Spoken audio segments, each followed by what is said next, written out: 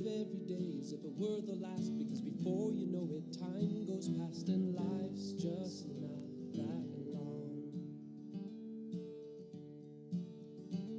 Tell all you love that you love them so, because even if you do, they might not know, and one day we'll all be gone. Taste the wind, don't let it blow on by. Sing songs of love, let the music get you high, and when it's said and done. If you see me walking here in Albuquerque or at some event, I welcome you to talk with me. I love sincere, personal questions about my life. I love deep, heart-to-heart conversations. I strongly compliment, I honor 2 Russian soldiers many years ago. These 2 Russian soldiers saved us from being mass murdered in a nuclear war between Russia and the United States. 60 years ago, this month, October 1962, Russia sent nuclear submarines to Cuba in order to be able to destroy U.S. cities. Why? This was in retaliation to the U.S. stationing nuclear missiles in Turkey near Russia, where those U.S. missiles could hit Moscow in Russia. The U.S. knew there were Russian submarines near Cuba. The U.S. started using depth charges to try and make those Russian submarines come up to the surface. There had been no contact between the Russian submarine and Moscow in Russia for many days. The Russian submarine was hiding in waters too deep for radio contact. It was cut off from the world. And the captain, the Russian captain, felt doomed. He assumed that a war with the United States had already started, and so he decided to launch a nuclear torpedo. With his submarine rocked by U.S. depth charges, the Russian captain ordered his crew to prepare the nuclear weapon for launch, with no contact, no orders from Moscow in Russia. And that would have destroyed a U.S. aircraft carrier and started a nuclear war between the U.S. and Russia. The second Russian officer agreed to the launch, but the third Russian officer, Arkhipov, refused. He told the captain that the U.S. depth charges were signals, a demand that they surface the submarine and identify themselves. The Russian captain and Arkhipov argued, and in order to launch a nuclear weapon, all 3 Russian commanding officers had to turn a key at the same time in remote locks. The captain put his key into the launch panel, while Arkhipov supposedly put his into his mouth and swallowed it. Now the only way to launch the missile would be to cut him open. After that, the diesel-powered Russian submarine, which was designed for very cold water and was now crippled by barely endurable high temperatures, 120 degrees Fahrenheit, This submarine, the Russian submarine, was forced to rise to the surface where it was met by a U.S. destroyer. Fortunately, the U.S. soldiers did not go on board the submarine or even inspect it. The Russians turned away from Cuba, returned to Russia. At first, this third commanding officer back in Russia received angry criticism, Arkhipov. But later, he was praised and promoted for preventing a nuclear war between Russia and the United States. Arkhipov, when he was arguing with the captain, told his captain, the U.S. will think that Russia has launched a nuclear attack against the U.S. The U.S. will strike back with everything they have.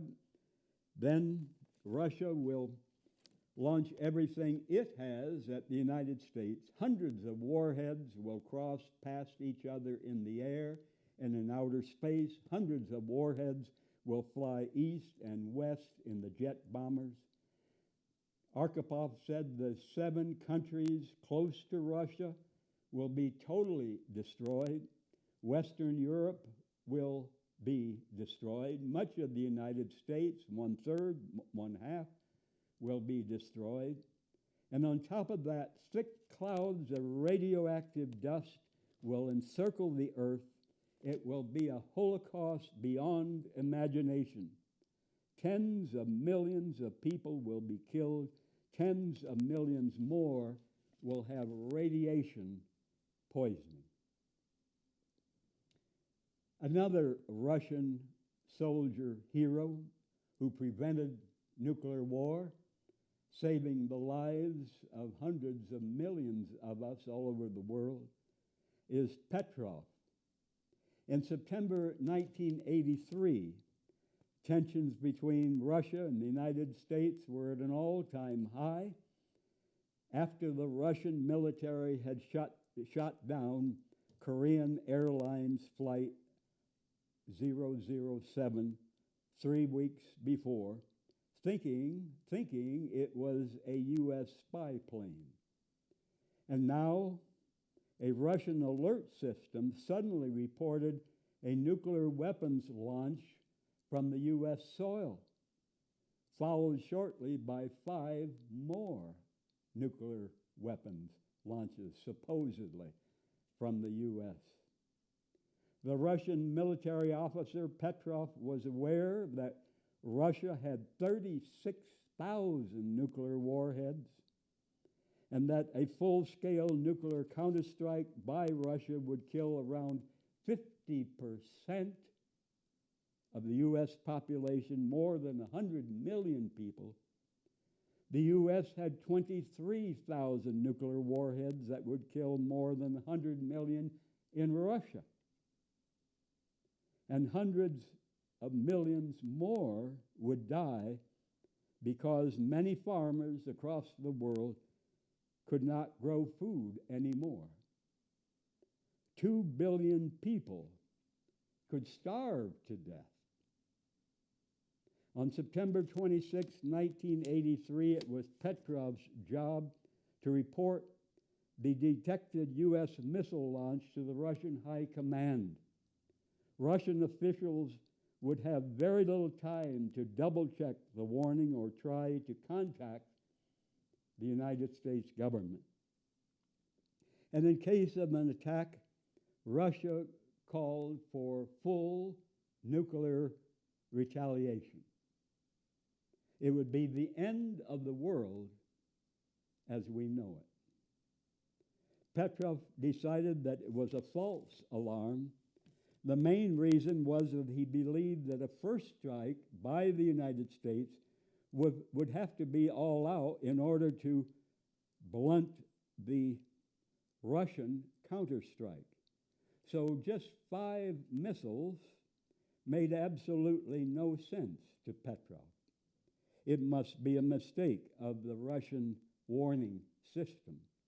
The false alarm was caused by sunlight on high altitude clouds above North Dakota. So Petrov was right. He most likely prevented the deaths of hundreds of millions of people in Russia and the United States.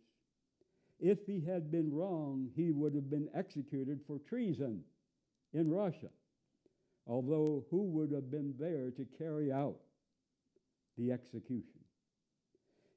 After the event, he received intense questioning by his superiors, and they reprimanded him for not adequately reporting on the incident or the reasons for his decision. Petrov sadly received no reward because his bosses were embarrassed by the faults discovered in their missile detection system. These two Russian soldiers saved our lives from nuclear holocaust. Why don't we hear about them in mainstream media? Why? For many years, I've written letters to friends locked up. A white man friend in Illinois prison. He and I have written each other for 28 years. A black man friend in the East. We have written each other 27 years. And many other people locked up for much shorter times that they and I have written each other. Sadly, prisons are big business in the United States. Billions of dollars to the contractors, the crews building the prisons. Billions of dollars to the suppliers of food, uniforms, and much more. The vast majority of prisoners would do much better in community-based programs, treatment programs for booze and other drug addiction, programs teaching reading and job skills. How much better for the prisoners and better for our communities instead of locking these people up for many years, where they often get a further education in crime and bitterness against society. And here are many things I would hate about being locked up. The unhealthy factory, fake processed food. It's shit, poison, slow poison. The meat, dairy, and cooked crap. Usually very few fresh fruit and leafy greens. I would hate putting up every day with rules that make no sense. I would hate usually not being able to go to friends and family when they're sick and when they die. I would hate usually not being allowed to have a garden. I would hate never allowed to sunbathe naked. I would hate having some guards who are against gay people. I would hate being punished if caught making love with a man. I would hate being punished if caught pleasuring myself. So many things that I would hate about being locked up in U.S. jails and prisons. And this is from a man in California, a letter from his heart to dear Abby. He says, I've been married to a wonderful woman for 29 years. We have 2 grown children. We're best friends. and our life together has been great. Abby, about 10 years ago, I realized I was gay. At first, I tried to ignore my feelings and concentrate on the commitment I had made to my wife and family. However, my feelings for men grew stronger, and trying to hide from my true self became much harder. Now I can't stop thinking about being with a man. I've even signed up for a dating site and flirted with a few men, although I have never met any of them in person because I don't want to cheat on my wife. Please help. And Abby responds, you stated that you and your wife are best friends. You are not the only person who realized later in life that you were gay and knew you had to be true to yourself. The time has come to tell her everything. She may or may not be shocked by the revelation, but she needs to know. How you both decide to handle this going forward is something only the two of you can work out. He speaks for multitudes of men around the world. The U.S. government officially kidnapped many thousands of Native American children for over 100 years.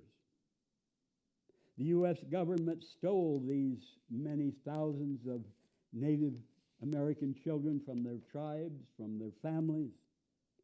The U.S. government forced them to go to boarding schools to rob these children of their native languages, their native ways and culture. And how many of these children were beaten by the white people in charge? How many of these children cried themselves to sleep, homesick for their mother and dad? How many of them learned to hate themselves for not being white? How many of them ran away? How many of them never learned how to be a good father or a good mother to their own children? How many of these children later became addicted to booze and other drugs to forget the hell they suffered as children in those damn boarding schools? How many of them became mentally ill for life? How many of these children, as they grew up, were duped, conned, baited, recruited by their oppressor, the U.S. government, to become soldiers, military slaves, to murder Native people in other nations? How many of these Native American soldiers had been so poisoned as children by missionaries to believe the white people's God approved of U.S. wars against other countries? How many of these Native American soldiers came home in body bags? How many returned as alcoholics, wanting to forget forever the atrocities they committed to other human beings who were not white?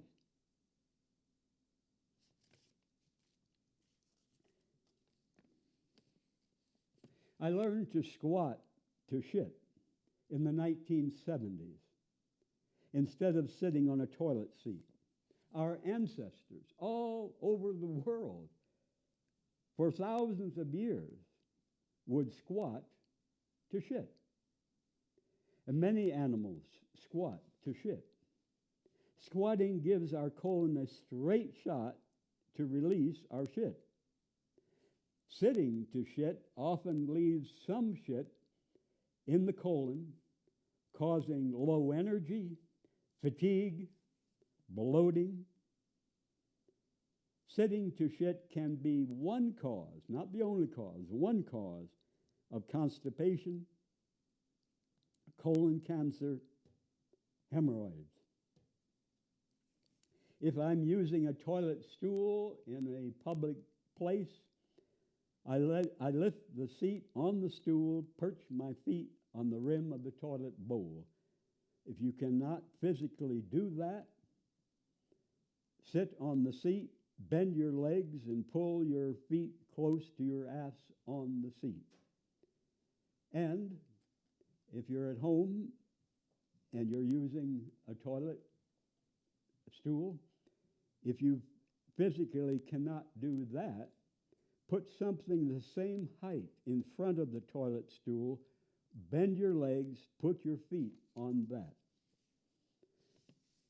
And instead of toilet paper, I've used small wet cloths for years. I rinse them out and use them over and over again. 5 reasons, good reasons, why wet cloths are my choice. They clean better. They feel better. They save money. They save trees. They save paper. Some testimonies from children from divorced parents. One says, when my father moved out of the house, it was the biggest favor he could have done our family. He should have done it a lot sooner. I was a teenager when Dad moved out. He and Mom never got along. And after he and Mom divorced, believe it or not, they became good friends. They both met other people, eventually married. Their only regret was waiting so long to end a marriage that was all wrong from the beginning. There are many children, he says, or she says, I'm not sure if it was a son or a daughter, who are glad their parents had the courage to split. Someone else writes, my parents finally divorced after 22 years of staying together for the sake of the kids. The excuse that many use. They were just kids themselves when they eloped, and when they finally grew up, they grew in different directions. This person says, I don't believe people should be condemned to a lifetime of unhappiness because of one mistake made when they were too young to know any better. And by that time, they wasted a lot of good years.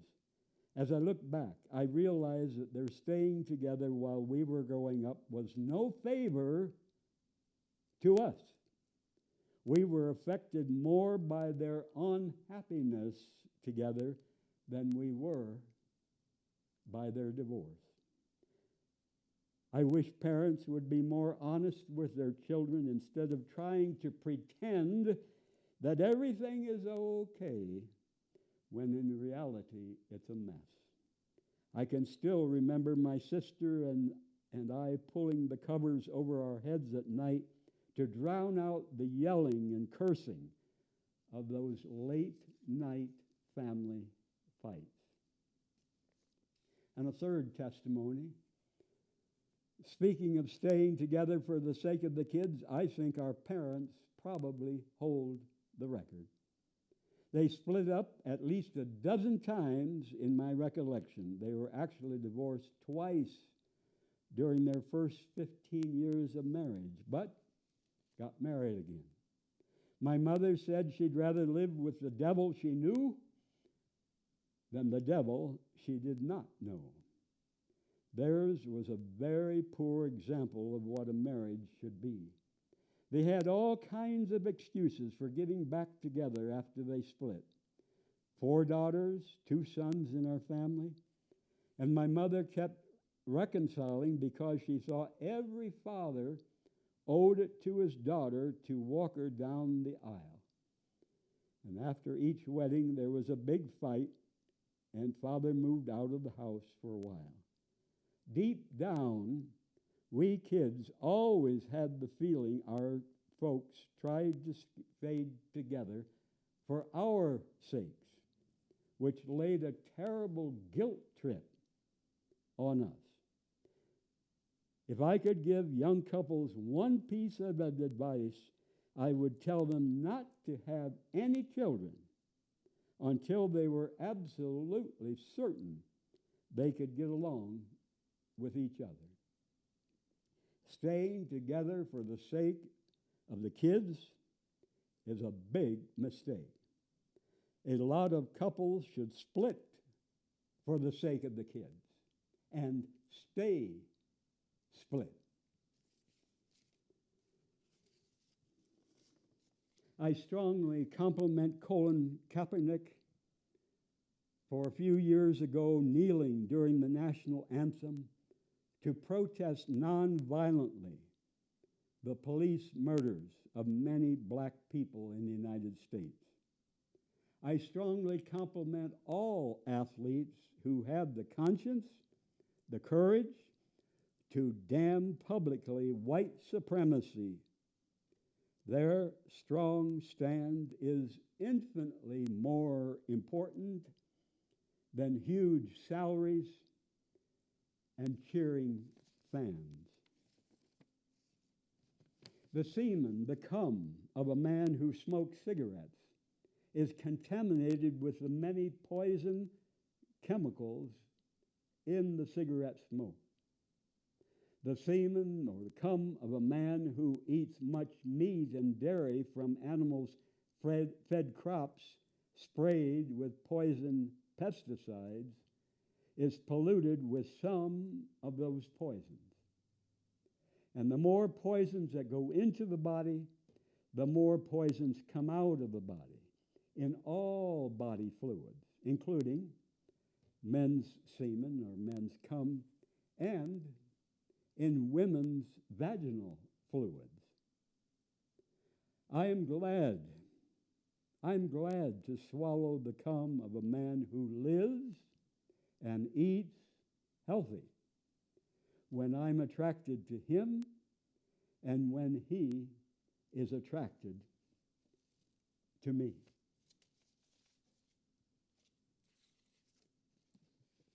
Only white men wrote and signed the original U.S. Constitution. Most of them were filthy rich. Some of them bought, sold, and owned enslaved black people. No women, no blacks, no poor people wrote and signed the original U.S. Constitution.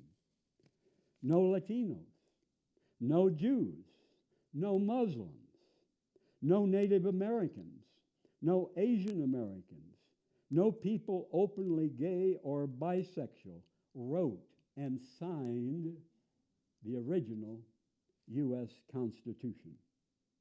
It said nothing to stop the buying, selling, and owning of enslaved black people. It said nothing to make sure women, people of color, poor people had the right to vote.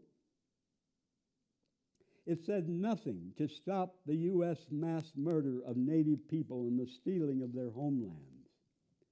It said nothing to protect our Mother Earth.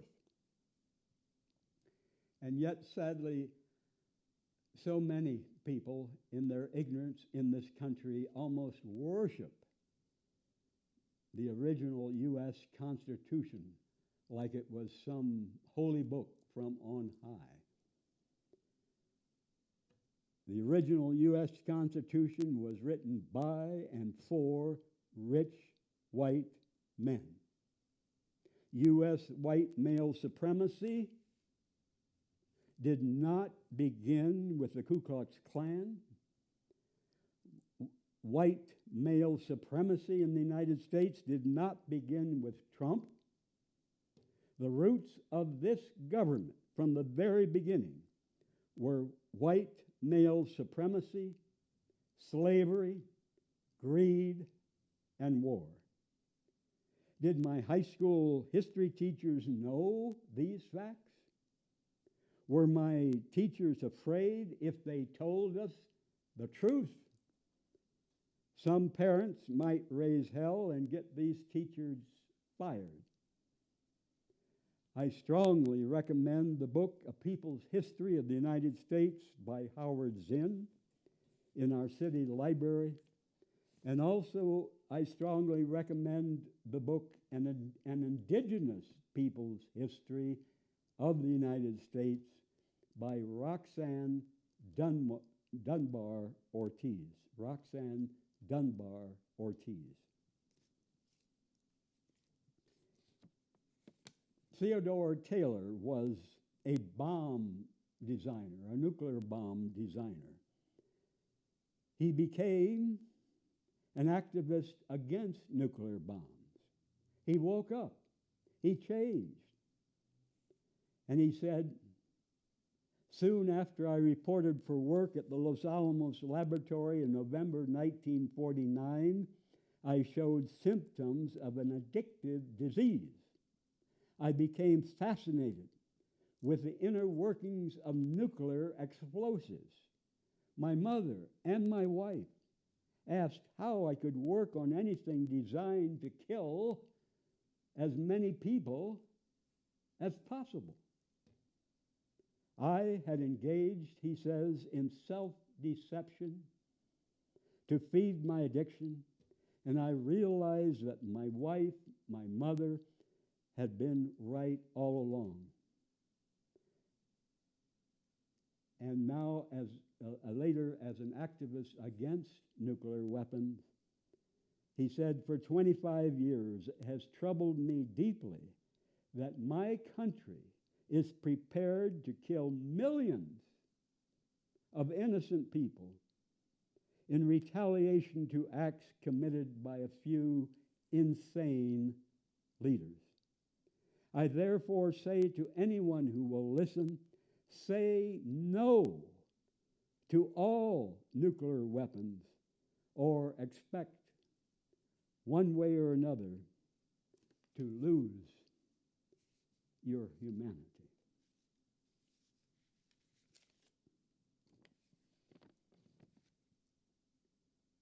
Questions in romance. If you're dating or if you're married, man and woman, woman and woman, man and man.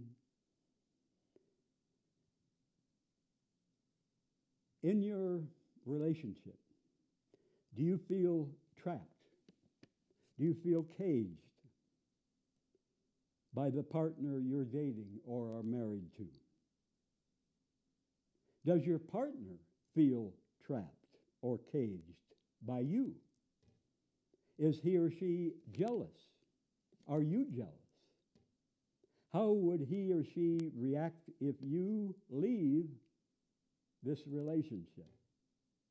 Violent stalking, bad-mouthing you to everybody?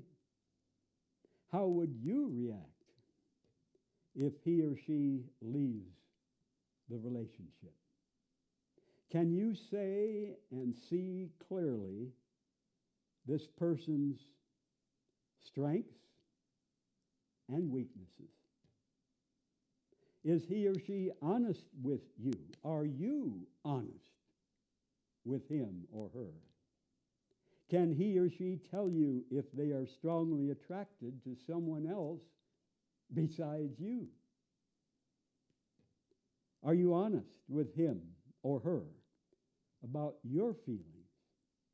Do you need someone who is in love and makes love with no one else besides you? Does your partner feel free to tell you if he or she is in love with and makes love with someone else besides you? Are you honest with each other? Do you lie to each other about anything? Are you ready to hear the truth, even if it is not what you want to hear from him or her? How does he or she talk about past romantic partners? or not want to answer if you ask about them? Is he or she still friends with past partners? Or have they become enemies? Do you feel he or she would become violent toward you or toward themselves if you left this relationship? Sometimes romance is like 8-year-old Jose finding a baby bird fallen from the nest. He picks it up, runs excitedly to his mother. He opens his hand to show her the bird is dead. He squeezed the life out of it in his ignorance, not on purpose, not trying to be cruel or to kill the bird, not thinking what the baby bird was feeling in his tight hand. Would you or your partner or both of you be better off as friends, but no longer dating each other, no longer married to each other? I urge you to ask yourselves these questions.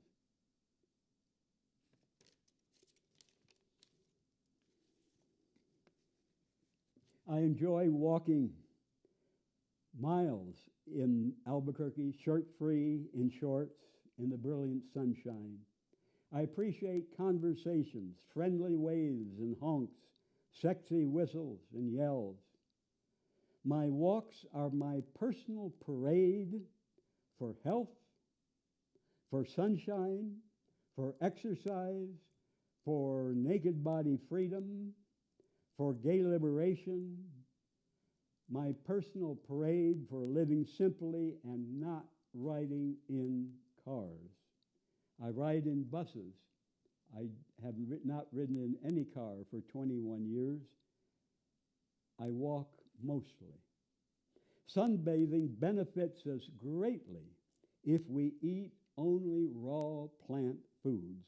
No meat, no dairy, no processed vegetable oils, no booze, no junk food, nothing from the damn McDonald's, no cooked food. And if we use no drugs, no sunscreen, no soap, no cosmetics, and smoke no cigarettes. Whole, raw plant foods, dark greens, ripe fruit, seeds, nuts, lentils, provide the nutrients our bodies need in order to benefit from the sun's strong energy. And if you're not used to it, start with a couple minutes front and back on your naked body. Never burn. And so I prefer sunbathing in the fall, winter, and spring. Yes, I walk mostly naked in the hot summer days, but as far as lying down naked in the sun, hot summer days don't feel good. Do not lie and fry in misery if it's too hot. Sunlight lowers high blood pressure. Sunlight lowers high blood sugar, like in diabetes. Sunlight lowers total body cholesterol. Sunlight strengthens our muscles. The ancient Greek men used to exercise naked in the sunshine. Sunlight improves resistance to all infection, including COVID. Sunlight improves the oxygen carrying capacity of blood and the heart's output. Sunlight stimulates production of sex hormones and other hormones, especially if you get the sunlight on your genitals. Sunlight helps remove poisonous chemicals from our bodies. Sunlight lifts our mood, our outlook. Sunlight can prevent and help cure breast cancer, colon cancer, tuberculosis. Sunlight can prevent and help cure osteoporosis, diabetes, prostate cancer, ovarian cancer, multiple sclerosis. Sunlight can heal wounds, kill harmful bacteria. Sunlight can strengthen bones and joints. Why spend thousands of dollars to travel thousands of miles, consuming and polluting as a spoiled USAN? Sunbathing here on my small private Riviera beach in our backyard, many days in cool weather, is one of my favorite simple pleasures, free natural highs in life. I read, I write, I rest, I eat, I think, I converse as I lie or sit naked in the sunshine. And I would not trade sunbathing for a free trip anywhere on earth. The darker your skin is, the more time you need in the sun to get enough vitamin D. And one of several reasons that people of color are more likely to die from COVID is not enough vitamin D, not enough sunshine.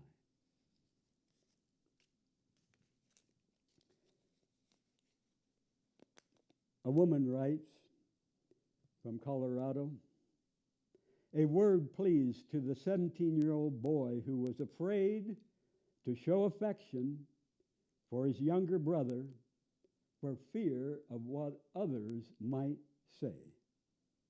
She says, I'm a woman, 25, and was also afraid to be openly affectionate toward my sister. She was 26. I wanted to hug her. I wanted to kiss her many times. She was the sweetest person, a true friend in every way. But I never let her know how I felt.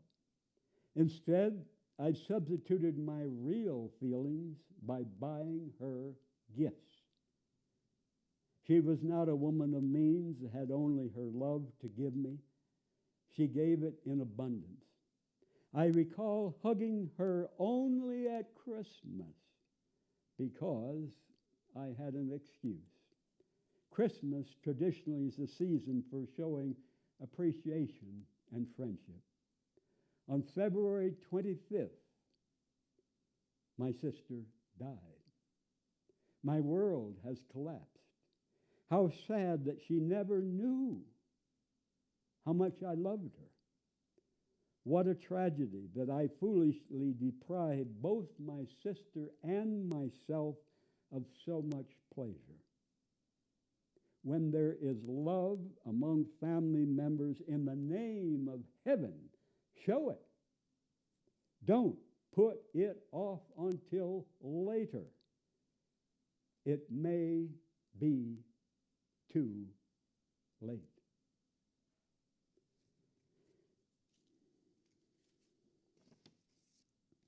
We each can be rich in some ways and so poor in other ways. My dear mother had a car, a house to live in, food to eat, money, and lots of stuff.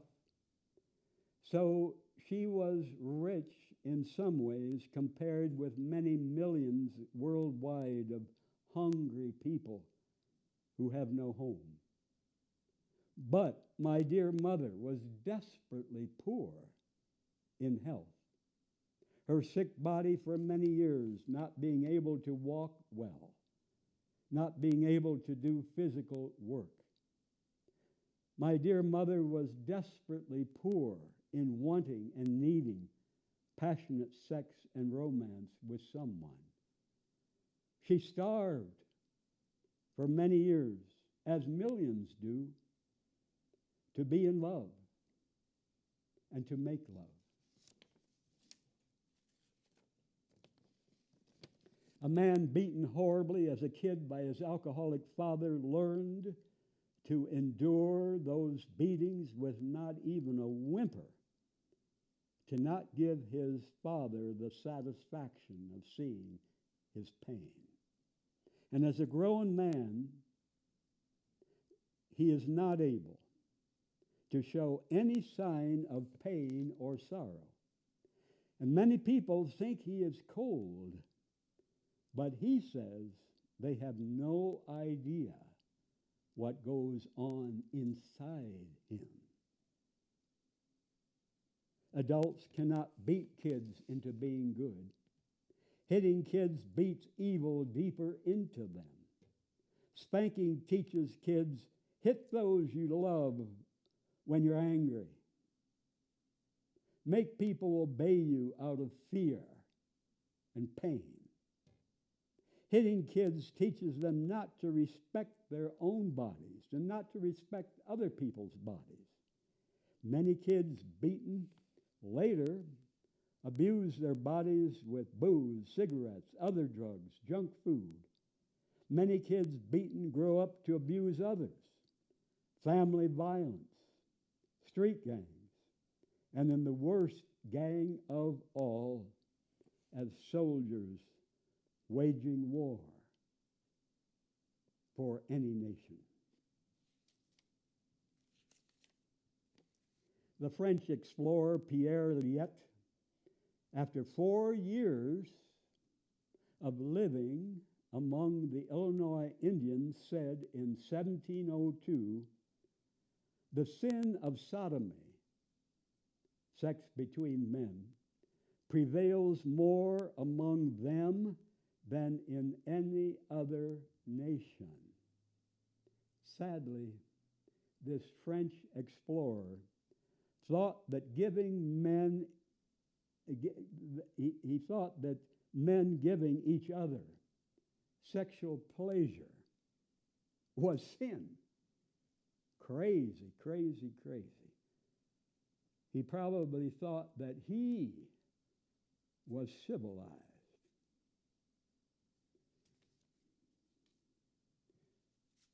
One awful excuse that the European invaders used to justify their mass murder of Native Americans was the high amount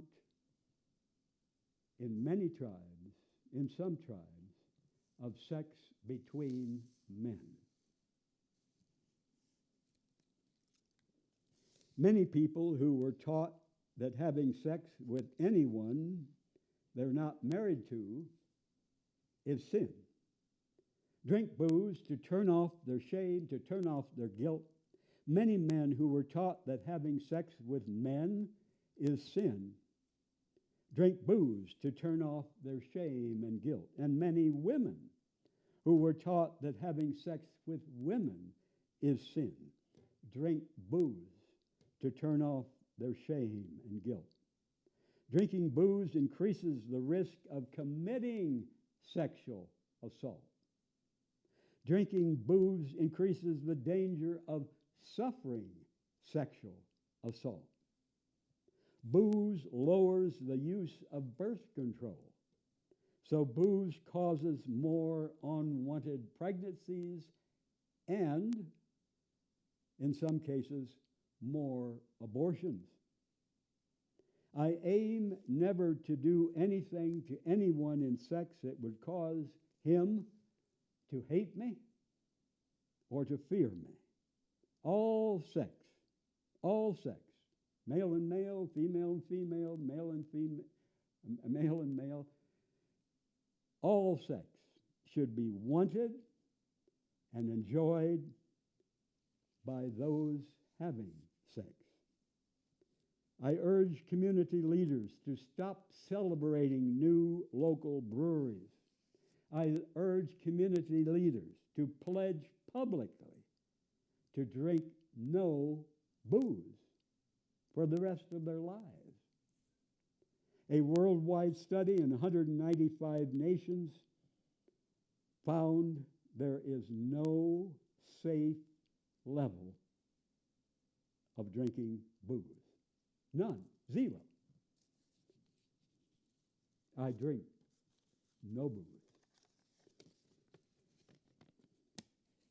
I compliment you women who wear low-cut dresses or tops showing more of your breasts. Enjoy showing your body. Enjoy being sexy. Enjoy being attractive. We cannot show our bodies when we are dead in the grave. And as a man, I enjoy being shirt-free in public when I'm not cold. And I strongly support the right of any woman to be top-free in public if she wants to be. Why should women be required by law to cover up more of their bodies than men? As women, men, and non-binary, why waste loads of money on fancy clothes, expensive jewelry, expensive cosmetics? We can be attractive by being healthy. We can be attractive by never being stuck up to anyone. We can be attractive by always being honest, by being friendly and warm and dependable. I love to dance to beautiful music. Mexican and Chicano music, older country, Motown, Diana Ross. I do not know the dance steps that many people have learned because I've never taken a dance class. I just do what I feel. I dance with my longtime friend Maria Garcia. I dance with other women on occasion, but often I dance by myself. I'm not afraid, not ashamed, not inhibited. I would be glad to dance with certain men, but sadly most men in this society don't have the balls to dance with men in most places. Even though women sometimes dance with women at fiestas. I have no interest in team sports. I damn all violent sports, boxing, mixed martial arts, football. Why would I want to injure and inflict pain on another man's body? Why would I want him to injure and inflict pain on my body? I'm devoted to many exercises almost every day, push-ups, crunches, chin-ups, and much more. I'm devoted to much walking. But the contact sport that I love is passionate sex with a healthy man I'm attracted to and who is attracted to me. In the year 2000, I started writing down every penny I spend for everything, rent, food, stamps, everything I buy. I learned it from the book, Your Money or Your Life.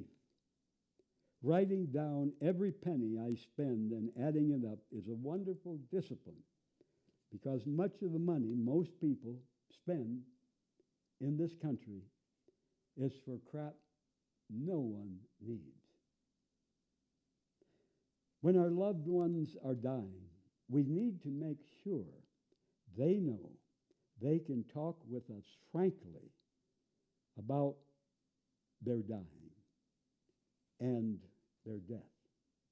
They need to know we will not change the subject. They need to know we will not walk out of the room too uncomfortable to hear their true feelings about dying and death, their regrets, their lessons from their lives. Sometimes a dying person wants to talk about dying, but he or she fears the family, the friends cannot handle it, that the family will bullshit them with, you'll soon be up and around, you're looking better every day. Just bullshit, lies, and never lie to anybody, especially when they're dying and they want to pour out their honest feelings.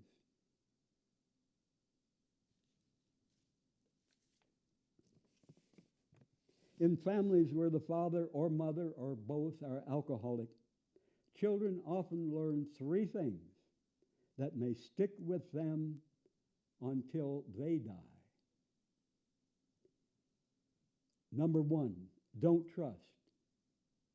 Because one day the kid comes home from school, the alcoholic parent is kind, asks the kid about his or her day, has a snack ready, but the next day the alcoholic parent may curse the kid. I wish you had never been born. You're stupid. You're lazy. You never will amount to anything.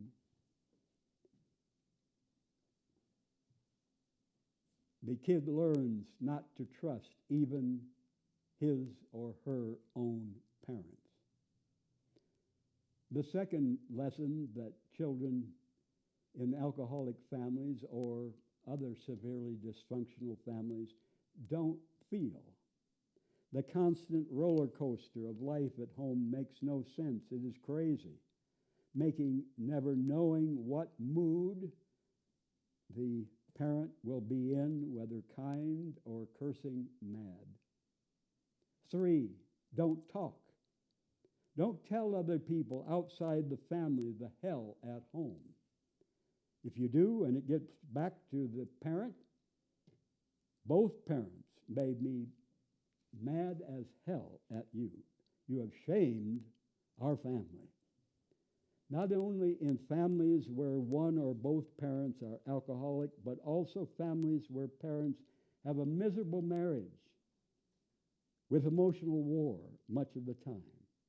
3 awful lessons for the kids. Don't trust, don't feel, don't talk to others about the hell at home. And these can take many years to unlearn. Some people never break free their whole lives. I want to keep learning wisdom until my last breath, if possible. I'm glad, I'm eager to make good changes in how I live.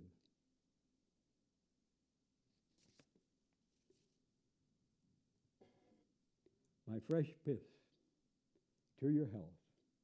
Thanks for watching, and good night. Tell all you love that you love them so, because even if you do, they might not know, and one day we'll all be gone. Taste the wind, don't let it blow on by.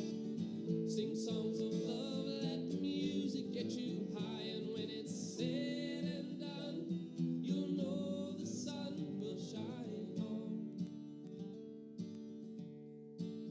And when it's said and done, you'll know the sun